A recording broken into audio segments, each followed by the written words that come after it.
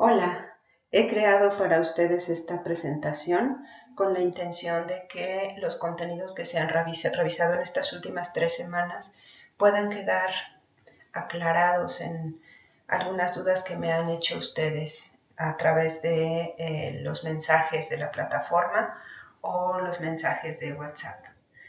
Bien, entonces, con respecto a semántica, morfología y sintaxis, que es la asignatura que nos toca compartir, hemos visto que hay palabras de contenido y palabras de función. Las palabras de contenido son palabras que poseen lexema, por eso tienen contenido. El contenido se refiere al contenido semántico. Entonces, este contenido está relacionado con el lexema de la palabra.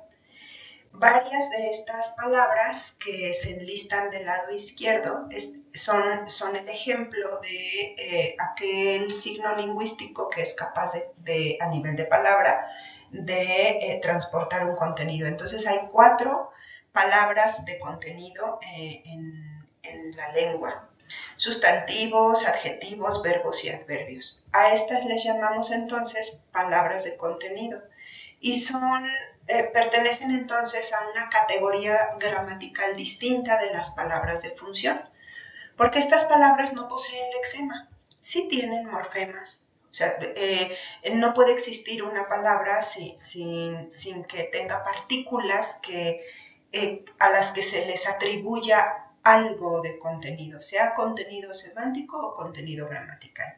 Pero vamos a dejar la palabra contenido solo para usarla en las palabras que tienen lexema y que poseen entonces información semántica. Las palabras de función están construidas o creadas con morfemas que pueden ser ligados o pueden ser libres. Vamos a hablar de los morfemas libres, que son las palabras de función. Por ejemplo, artículos, conjunciones, preposiciones, pronombres e interjecciones. Son 5 categorías gramaticales de palabras que no poseen lexema, pero que sí tienen un significado gramatical. Entonces, su función gramatical es, por ejemplo, anticipar el género y número de algo, por ejemplo, establecer que hay diferencia o hay relación entre 2 elementos que pueden ser de la misma jerarquía, y así, subordinación, etcétera. Bueno, entonces esos son los morfemas libres, las palabras de función, pero existen otro tipo de morfemas a los que no denominamos palabras, porque son morfemas ligados al lexema, entonces aparecen en las palabras de contenido. Estos morfemas ligados pueden aparecer antes del lexema, y estos serían prefijos, dentro del lexema, y esos serían infijos, o al final del lexema, y esos serían sufijos. Entonces hay prefijos, infijos y sufijos. Depende de si están antes, en medio o después del lexema. Como ejemplo de esto tenemos en prefijo bicolor.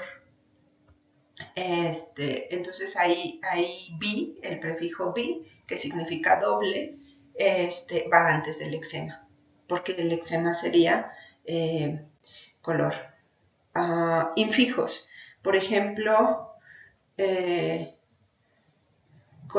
colorcito, el it, que significaría pequeño. Ese infijo que va metido ahí dentro de la palabra del lexema, generalmente representa un diminutivo o un despectivo, por ejemplo, colorcillo, ¿no? No hay muchos de estos que utilicemos. También no hay una gran cantidad de prefijos. En el español usamos mucho los sufijos. Entonces, los sufijos van al final del lexema y van a indicar un montón de cosas. Generalmente indican género y número, pero, pues, por ejemplo, en los verbos van a indicar el tiempo, el modo, la persona. Bien, continuamos. Las palabras de contenido, entonces, quedamos que tienen contenido semántico, es decir, tienen rasgos semánticos o primitivos conceptuales, porque un concepto que es el contenido semántico de una palabra de contenido, un concepto se va formando poco a poco. Y entonces esto que se va formando desde que nosotros comenzamos a tener una experiencia en la vida, por ejemplo, nosotros comenzamos a caminar y entonces vamos descubriendo en esa experiencia del andar lo que significa caminar.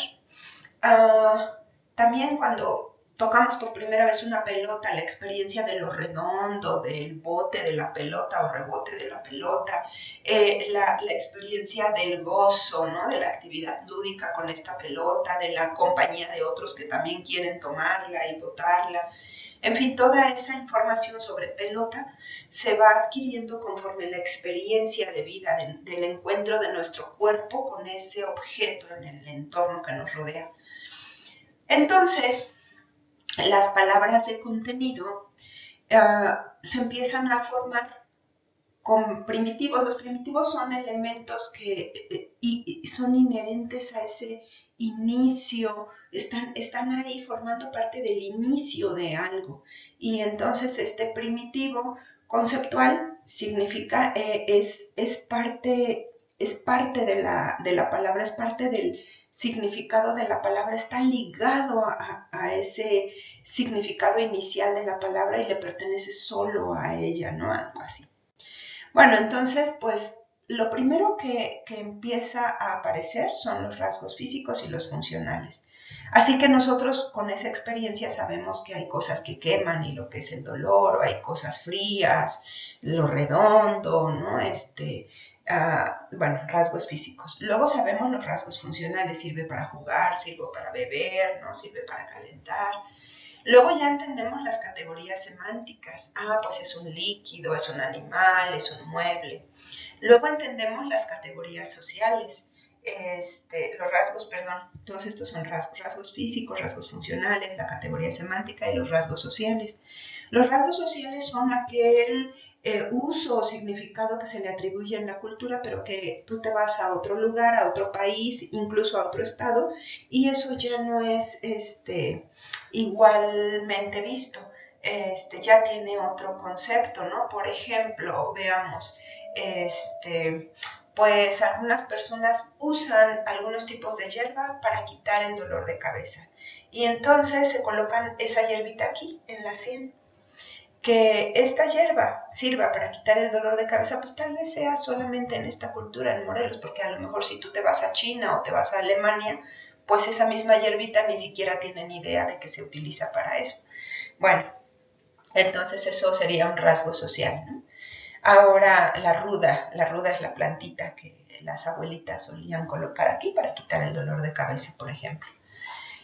Los rasgos naturales ya son como por ejemplo en el agua. El agua está formada por dos moléculas de hidrógeno y una de oxígeno. Entonces, estos son los rasgos naturales del agua, pero bueno, cuando nosotros somos pequeños adquirimos primero los físicos y funcionales, vamos avanzando en edad, adquirimos los de categoría semántica y los sociales, y los naturales los adquiriremos cuando seamos especialistas de alguna profesión, porque por ejemplo, ¿cuál es el rasgo natural de la sangre? Pues eso lo sabrá algún bioquímico, ¿no? Algún técnico laboratorista, algún, no sé, clínico de la química, pero nosotros pues no, un médico. Sin embargo, conforme vamos creciendo, estos rasgos naturales se van como reorganizando. Es decir, el primero que utilizamos, si nos preguntan qué es una vaca, qué es una silla, lo primero que contestamos es su categoría semántica. Luego hablamos de su función. Después describimos los rasgos físicos. Después daríamos cuenta de lo que socialmente es, por ejemplo, de la ruda, primero diríamos que es una planta, que la usan medicinalmente, que es de un color verde grisáceo, de hojitas pequeñitas, que sirve, por ejemplo, para calmar dolores de cabeza si se coloca aquí. Y el rasgo natural, pues tal vez un botánico podría decirnos más cualidades de la ruda, ¿no? Bueno, entonces, como ven, el lexema es capaz de contener todo esto. el lexema está asociado al contenido semántico de una palabra, así que una palabra es una forma que posee en una palabra de contenido, es una forma que posee en su sección del lexema la relación directa con el significado. Entonces, entiéndase bien, el lexema no es el concepto, pero el lexema es aquella parte de la palabra que va a tener una relación directa con el concepto. Entonces, por ejemplo, yo soy Cintia Nenetzin Saldaña García. Saldaña es la parte mía que va a tener la relación directa con la familia paterna. Y García es la parte mía que va a tener relación directa con la familia materna, con la línea materna. Pero Saldaña no es la familia paterna, solo es mi relación con él, es aquello en mí que marca esa relación con esa línea familiar. Igualito en la palabra de contenido, ¿sale? El lexema es aquella parte que le permite guardar una relación con el significado. Entonces, cuando una palabra no tiene lexema, no hay manera de que esa palabra se ligue con un concepto, se asocie o relacione con un concepto, porque aquello que permite esa relación o esa unión, pues es el lexema.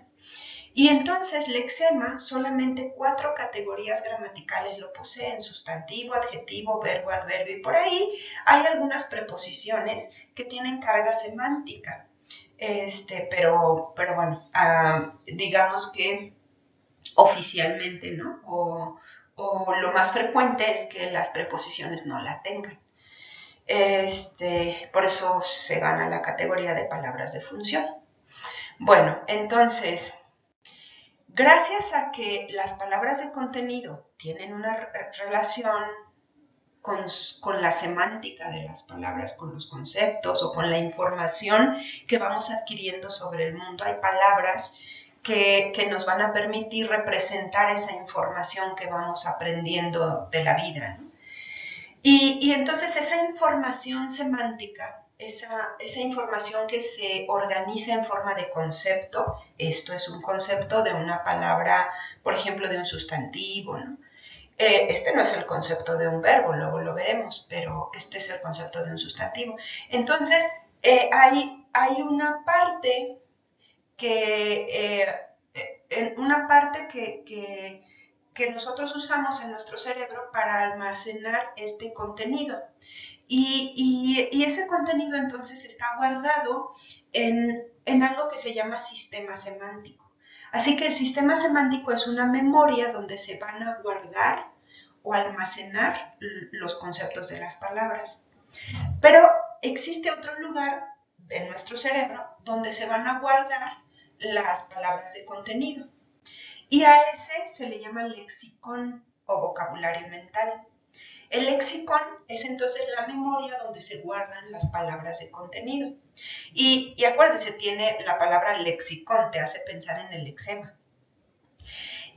Y ahí adentro, donde se guardan las palabras de contenido, se guardan con un orden. Y se tiene que guardar con un orden porque luego hay que recuperar las palabras para hablar. Y si no hay un orden, ¿cómo buscamos la palabra que necesitamos para hablar? Entonces, la carga semántica de una palabra va a influir en su organización. Así que las palabras van a guardarse atendiendo a esas relaciones semánticas. Entonces, las relaciones semánticas pueden crear familias de palabras. Por ejemplo, todas las palabras que tú te puedes encontrar nombrando cosas que hay en la cocina, la familia semántica de la cocina, incluiría cosas como, por ejemplo, estufa, fregadero, leche, cuchillo, sartén. ¿Se fijan? El refrigerador. El refrigerador es un aparato eléctrico, pero el fregadero ya no. No es un aparato eléctrico, es un mueble, ¿no? Pero la leche ya no es mueble ni aparato eléctrico, entonces ya la leche es un líquido, pero el cuchillo y la tabla de picar entonces son instrumentos de cocina, ¿no? El cuchillo podría entrar como cubierto bueno. Entonces, ¿se fijan? En esa familia semántica hay palabras que pertenecen a diferentes categorías, pero pueden ir juntas porque son de la misma familia.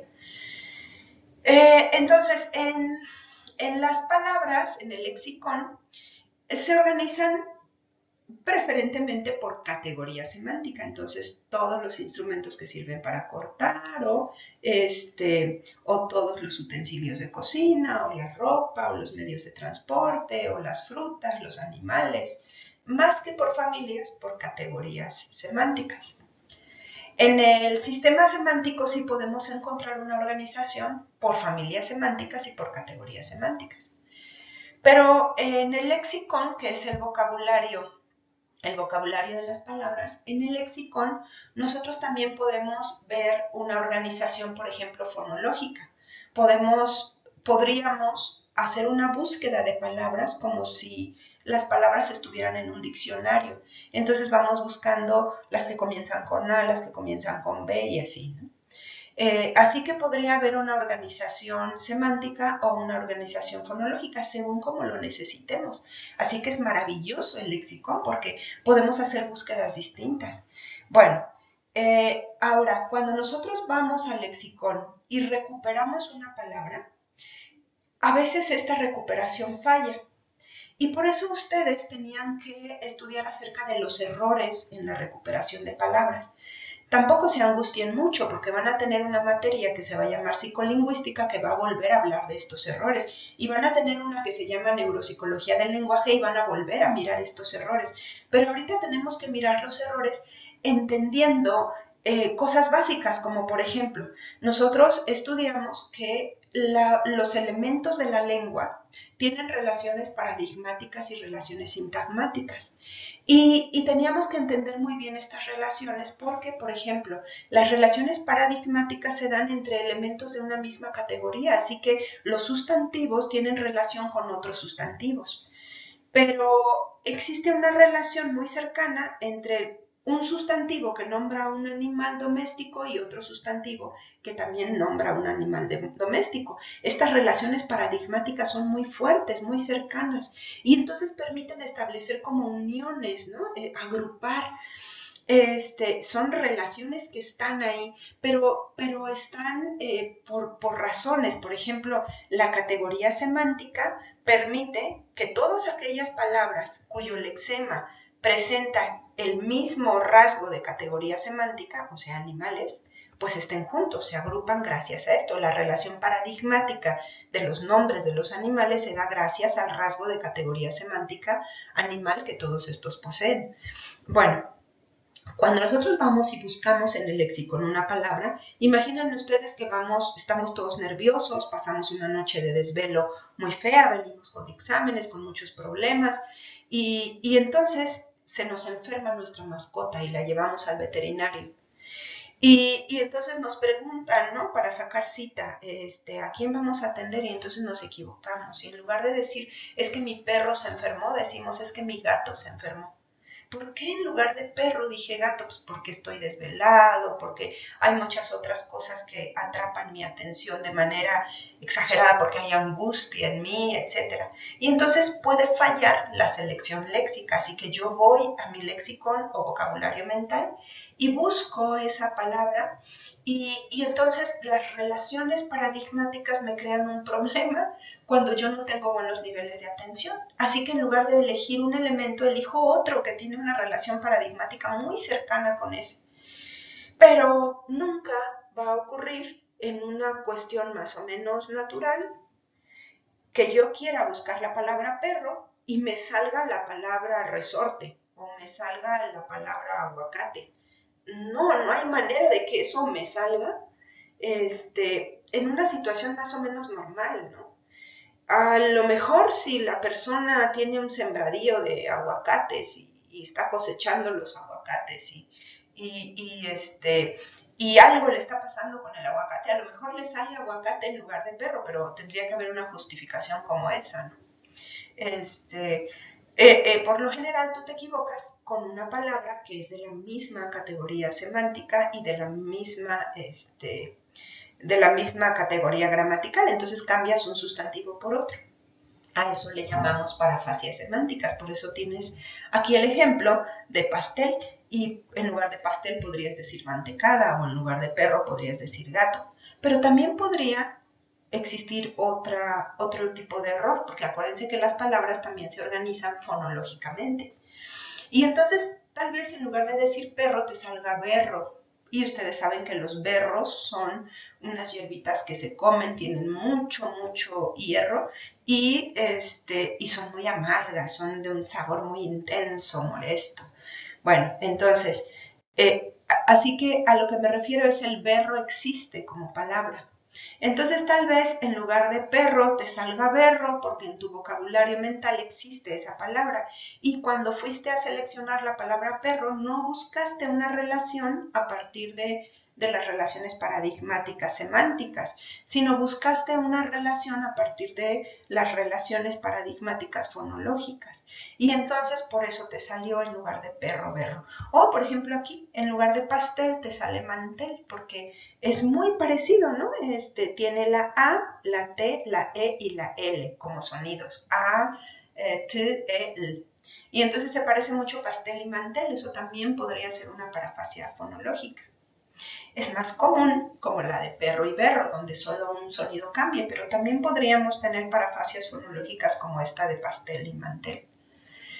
Ahora, estos son errores por las relaciones paradigmáticas que no se atendieron bien, ¿no? que por ahí se contaminaron unas con otras por problemas atencionales o podría ser por lesión cerebral. Pero todo esto lo estudiarán ustedes en psicolingüística, en neuropsicología del lenguaje y en las alteraciones del lenguaje infantil y las del adulto. Bueno, ahora, puede también haber errores sintagmáticos. Y es que las unidades lingüísticas tienen que respetar el orden en el que se les permite estructurarse. Y entonces nosotros estructuramos los morfemas de una palabra, los monemas más bien, porque el lexema es un monema y el morfema flexivo o el morfema derivativo es otro monema. Los monemas son los pedacitos significativos de una palabra. Y entonces hay reglas gramaticales para que tú puedas estructurar una palabra con sus monemas. Y entonces a estas reglas se les conocen como relaciones sintagmáticas. Hay una manera permitida para relacionarse sintagmáticamente. Y entonces, por ejemplo, pues tú puedes tratar de relacionar los fonemas del lexema pastel y la relación no fue la correcta, porque tú elegiste asociar un sonido B con un sonido A, o un sonido bar, ¿no? un morfema bar con tel, y eso no queda. Entonces, pastel y bartel, bartel, ¿qué es? Bartel no es nada. Berro en lugar de perro era. Mantel en lugar de pastel era, ¿no? Una palabra, pero acá pastel y bartel no es nada. Aquí, por ejemplo, una parafasia literal rompe con estas relaciones sintagmáticas entre morfemas, entre fonemas.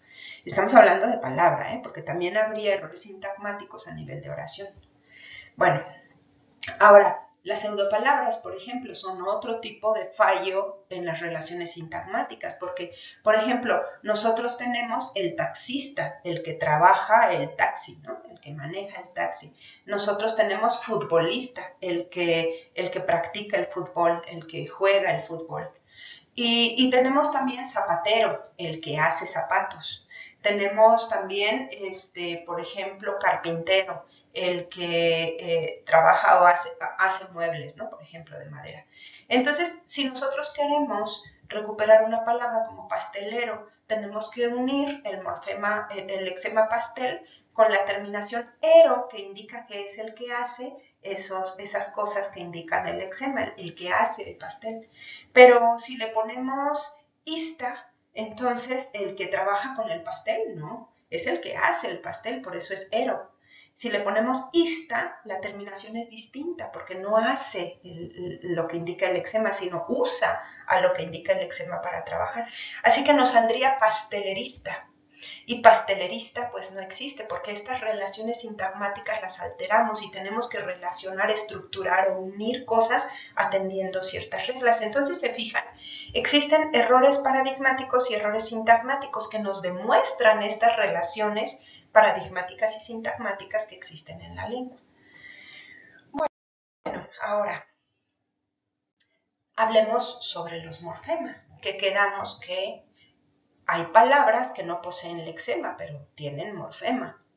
Y estas palabras tienen morfemas libres y quedamos que son 5 categorías gramaticales a las que les llamamos palabras funcionales.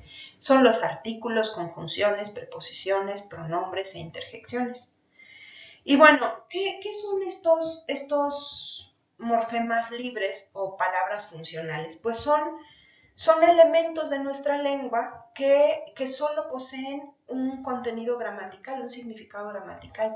Y la función de este elemento permite que se logren esas relaciones sintagmáticas entre las palabras, entre palabras de contenido y palabras de función. Entonces, un profesor muy querido, el doctor José Marco Ortega, él decía que las palabras, como ejemplo, para que entendiéramos sus estudiantes, nos decía, imaginen una pared.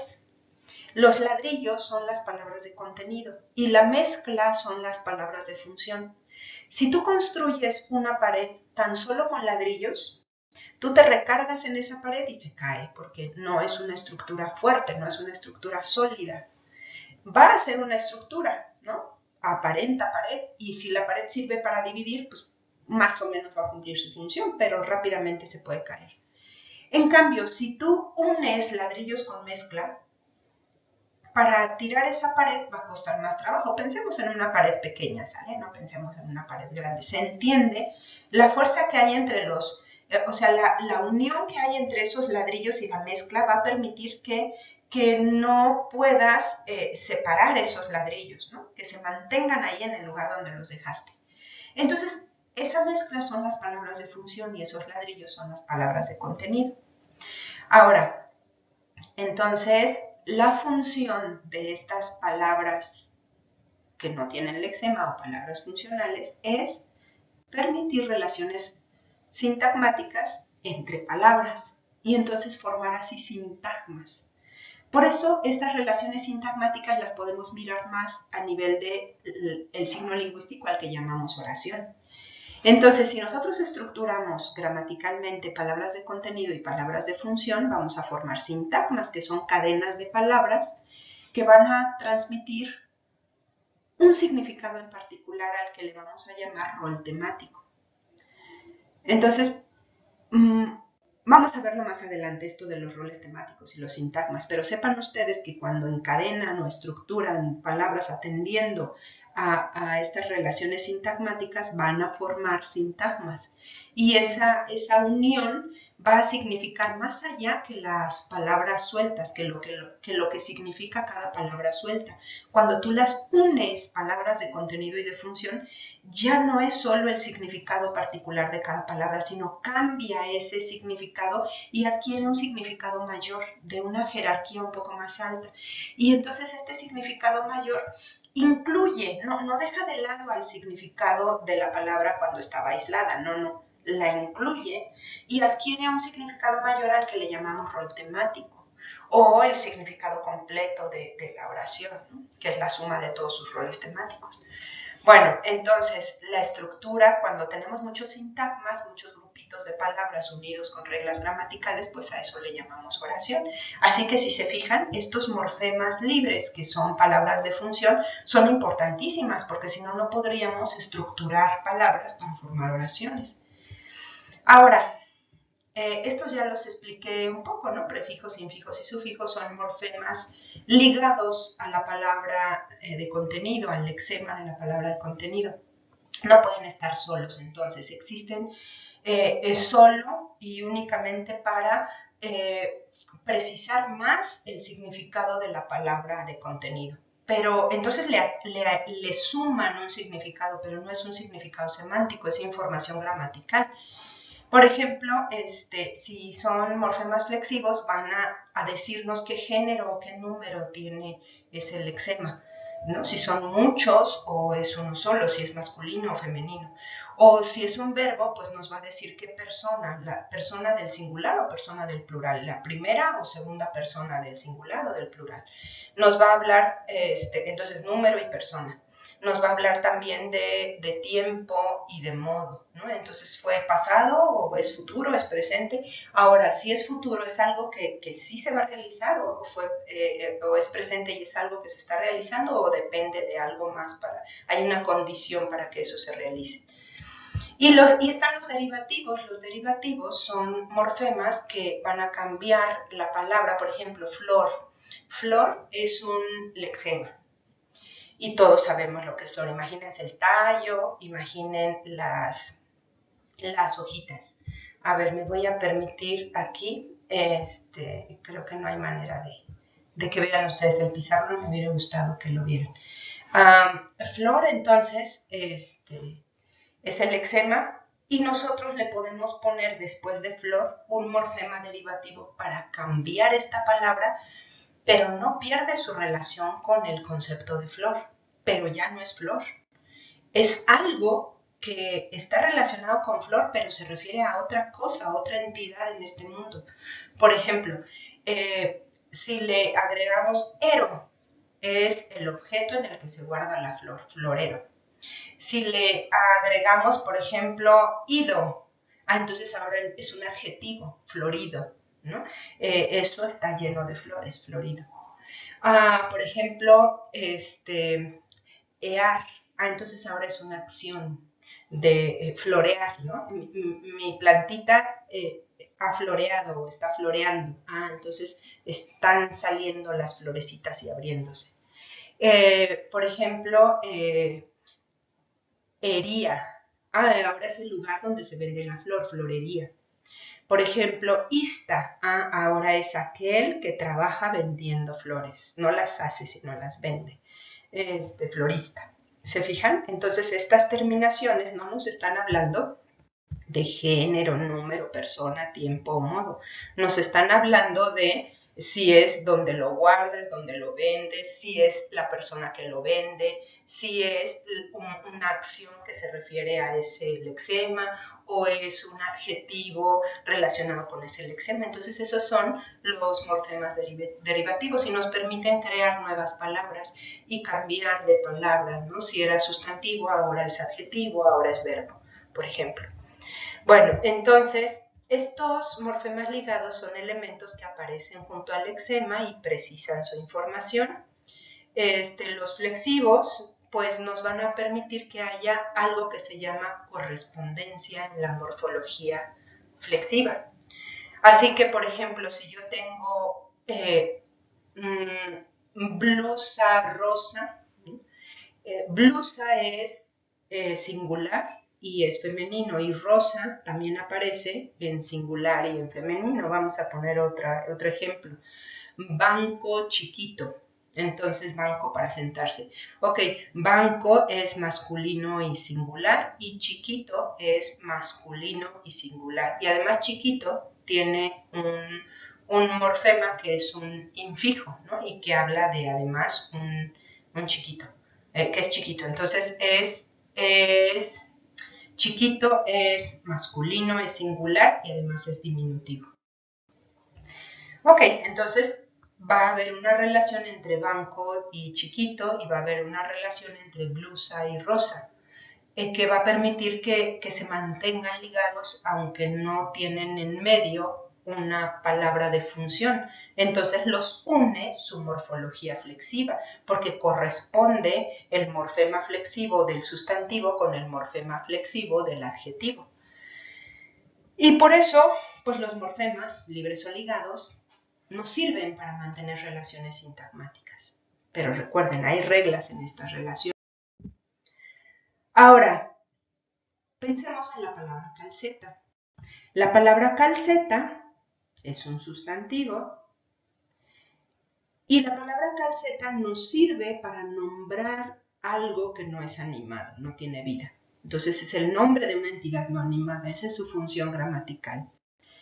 Y puede ser el núcleo de un grupo de palabras con relaciones sintagmáticas, o sea, de un sintagma nominal, porque va a llevar el nombre de acuerdo a ese sintagma, de acuerdo al núcleo en el sintagma. Si quien está en el núcleo es un verbo, entonces es un sintagma verbal. Si quien está en el núcleo es un adverbio, pues entonces es un sintagma adverbial, pero como este es un sustantivo, entonces es un sintagma nominal porque los sustantivos son nombres. Y puede este sintagma nominal cumplir varios roles temáticos porque se puede referir al sujeto de la acción o al objeto de la acción. Y entonces el lexema de calceta, que es calcet, pues en su categoría semántica es una prenda de vestir, en sus rasgos funcionales, pues algo que cubre el pie y la pierna hasta la rodilla o por completo. El rasgo físico de la calceta es que es un tejido elástico, generalmente de lana o de algodón. Un rasgo social, yo no sé si ustedes han ido a los pueblitos donde hace mucho frío, y entonces nosotros podemos ver que en esos pueblitos las mujeres ancianas todavía no usan pantalón, no usan falda, pero por el frío, entonces usan calcetas de lana. Y luego son de colores generalmente verde, ¿no? Así verde bandera o rojito, vino, ¿no? Azulito. Entonces es muy característico de algunos pueblos ver a las mujeres con sus calcetas de lana, pues para protegerse del frío. O, por ejemplo, pues lo usan los futbolistas, ¿no? O es característico calcetas blancas en los estudiantes, ¿no? Por ejemplo. Entonces ese sería el rasgo social. Ahora, tiene un morfema ligado calceta, que es este morfema ligado además va al final de la palabra, por eso es un sufijo. Pero como solo indica género y número, entonces es un morfema flexivo. Su género es femenino y su número es singular. Y este es el análisis que estamos haciendo de la morfología, la semántica y las relaciones sintagmáticas que hay entre los morfemas de la palabra calceta.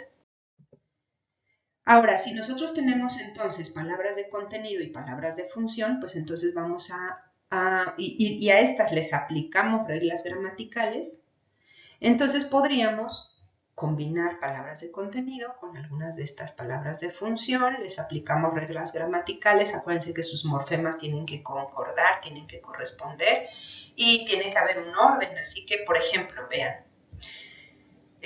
veamos ese orden. En primer lugar, voy a determinar con una palabra de función, voy a determinar el género y el número. Esta palabra de función lo único que va a decir es el género y el número de la palabra de contenido que va a venir más adelante. Entonces, primero determino y luego nombro. Entonces, voy a utilizar un nominal, o sea, un nombre de algo animado o inanimado. Y enseguida voy a decir la cualidad de esa entidad que nombré. Entonces, por ejemplo, tenemos con estas reglas gramaticales de orden y con estas reglas gramaticales que me permiten hacer concordancia y correspondencia, tenemos un sintagma nominal. La es una palabra funcional que solamente me dice el género y el número. Entonces, determina lo que va a venir adelante. Ya determinó el género y el número de lo que va a venir adelante. Y lo que viene adelante es playera y efectivamente su género y su número es femenino y singular, playera. Pero ya tenemos además el concepto o ese nombre es algo inanimado, por ejemplo, y tenemos el concepto de playera en nuestra mente. Y luego le vamos a poner una cualidad y resulta que nos estamos refiriendo a una amarilla. Entonces, este morfema flexivo en amarillo también indica género y número. Y aquí está la cualidad, pero el orden es artículo, sustantivo y adjetivo. Ese es un orden canónico. Nosotros solemos hablar así en el español. Este es un sintagma nominal porque playera es el núcleo de esta agrupación, es la parte nuclear central de esta agrupación. Y en función de es que aparecen los demás, ¿no? Si fuera, por ejemplo, banco, no podríamos poner la, porque nosotros no escogemos las palabras de acuerdo al artículo, sino el artículo lo escogemos, depende de la morfología de la palabra de contenido que vamos a poner en un sintagma nominal. Entonces, si es banco, aquí tendría que ser él y acá tendría que ser yo, ¿no? Amarillo. Bueno, ahora, hay una diversidad de sintagmas y estos sintagmas se nombran de acuerdo a su núcleo. Entonces, por ejemplo, si el núcleo es un sustantivo, se llama sintagma nominal; si es un verbo, sintagma verbal; si es un adverbio, sintagma adverbial; si es una preposición, sintagma preposicional. Ahora, pongamos un ejemplo. A esto se le conoce como análisis estructural de la oración. Entonces nosotros, a partir de estas relaciones sintagmáticas, podemos tomar una oración y empezar a ver cómo se estructuró esta oración, con qué reglas, con qué elementos está estructurada. Una oración tiene que tener un sintagma verbal. No existe oración sin verbo. Esto entonces les tiene que quedar claro, porque, por ejemplo, cuando surge el lenguaje surge cuando ya hay oraciones en el niño. Si no hay oraciones, todavía no es lenguaje. Es un estadio prelingüístico, pero no es algo, no le podemos llamar lenguaje. ¿Y cuándo ya podemos decir que lo que sale por la boquita del niño es una oración? Pues cuando lo que sale, ¿qué importa con sus carencias de dicción o articulación o con sus errores gramaticales? ¿Qué importa? Pero lo que sale ya incluye un verbo sobre el cual se predica. Entonces, nosotros tenemos oraciones cuando existe un verbo y en torno a él una agrupación de sintagmas. Entonces, por ejemplo, aquí tenemos el sintagma nominal: los aviones, y el sintagma verbal: realizan las acrobacias exitosamente. Esta O va a significar oración. Y SN son las siglas del sintagma nominal y SB, V, son las siglas del sintagma verbal. Entonces, este sintagma nominal está formado por dos elementos, un artículo y un sustantivo, que vean ahí cumplen con su concordancia en la morfología, su correspondencia en la morfología flexiva, que mantiene esa unión. Y todas estas palabras también tienen concordancia y correspondencia, pero además podemos ver esa estructura. Miren, está el verbo, realizan, y luego otro sintagma nominal, porque aquí hay otro sustantivo. Entonces hay otro sintagma nominal formado por un artículo y un sustantivo. Y luego al final viene un adverbio, y el adverbio es otra agrupación, es el núcleo de otra agrupación. No está esa otra agrupación, se quedó hasta aquí, pero es un sintagma adverbial que tiene solo su núcleo, un adverbio. Y entonces hemos hecho un análisis estructural de esta oración en una especie como si fueran ramas, ¿no? Y estuviera el tronco y luego vinieran ramas y esas ramas se subdividieran. Y la subdivisión se da a partir de un nodo. Entonces, tenemos un nodo y podemos sacar ramitas de este nodo. Vamos viendo los componentes así, como en un arbolito, ¿no? Que vamos revisando en sus ramitas. Bueno, ahora, también podríamos hacer un análisis de los roles sintagmáticos de esta oración. Por ejemplo, igualito, los aviones realizan las acrobacias exitosamente. Entonces, ¿quién es? Vamos a preguntarnos muchas cosas acerca de la acción. ¿Quiénes realizan las acrobacias exitosamente? Quienes realizan estas acrobacias son los sujetos de esta acción. Y entonces, los aviones, es el sintagma nominal, los aviones, tiene un rol temático de sujeto, es decir, es el que realiza la acción. Pero luego nos podemos preguntar, ¿y qué realizan los aviones? ¿Qué realizan? Realizan las acrobacias. Entonces, las acrobacias son dentro del sintagma verbal, las acrobacias son un sintagma nominal y resulta que este sintagma nominal no es el sujeto, sino es el que recibe la acción, ¿no? Las acrobacias son las realizadas.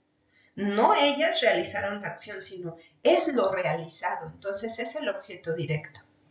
Ahora, ¿cómo realizan las acrobacias los aviones? ¿Cómo las realizan? Las realizan exitosamente. Entonces el sintagma adverbial nos habla de una circunstancia de modo, ¿no? de la manera en la que se realizó. Entonces es un circunstancial de modo. Así que el sujeto, la acción, el objeto directo, el circunstancial de modo son componentes de la oración, son roles temáticos que aparecen ahí en la oración. Y entonces se predicó acerca de esta acción muchas cosas, ¿no? Los roles temáticos aparecen en los sintagmas de una oración. Y de esta manera, se fijan, hablamos más allá del significado de aviones o de acrobacias o de éxito o de realizar, sino ahora hay un predicado. Estamos diciendo que alguien hizo, que muchos hicieron algo de una manera en particular.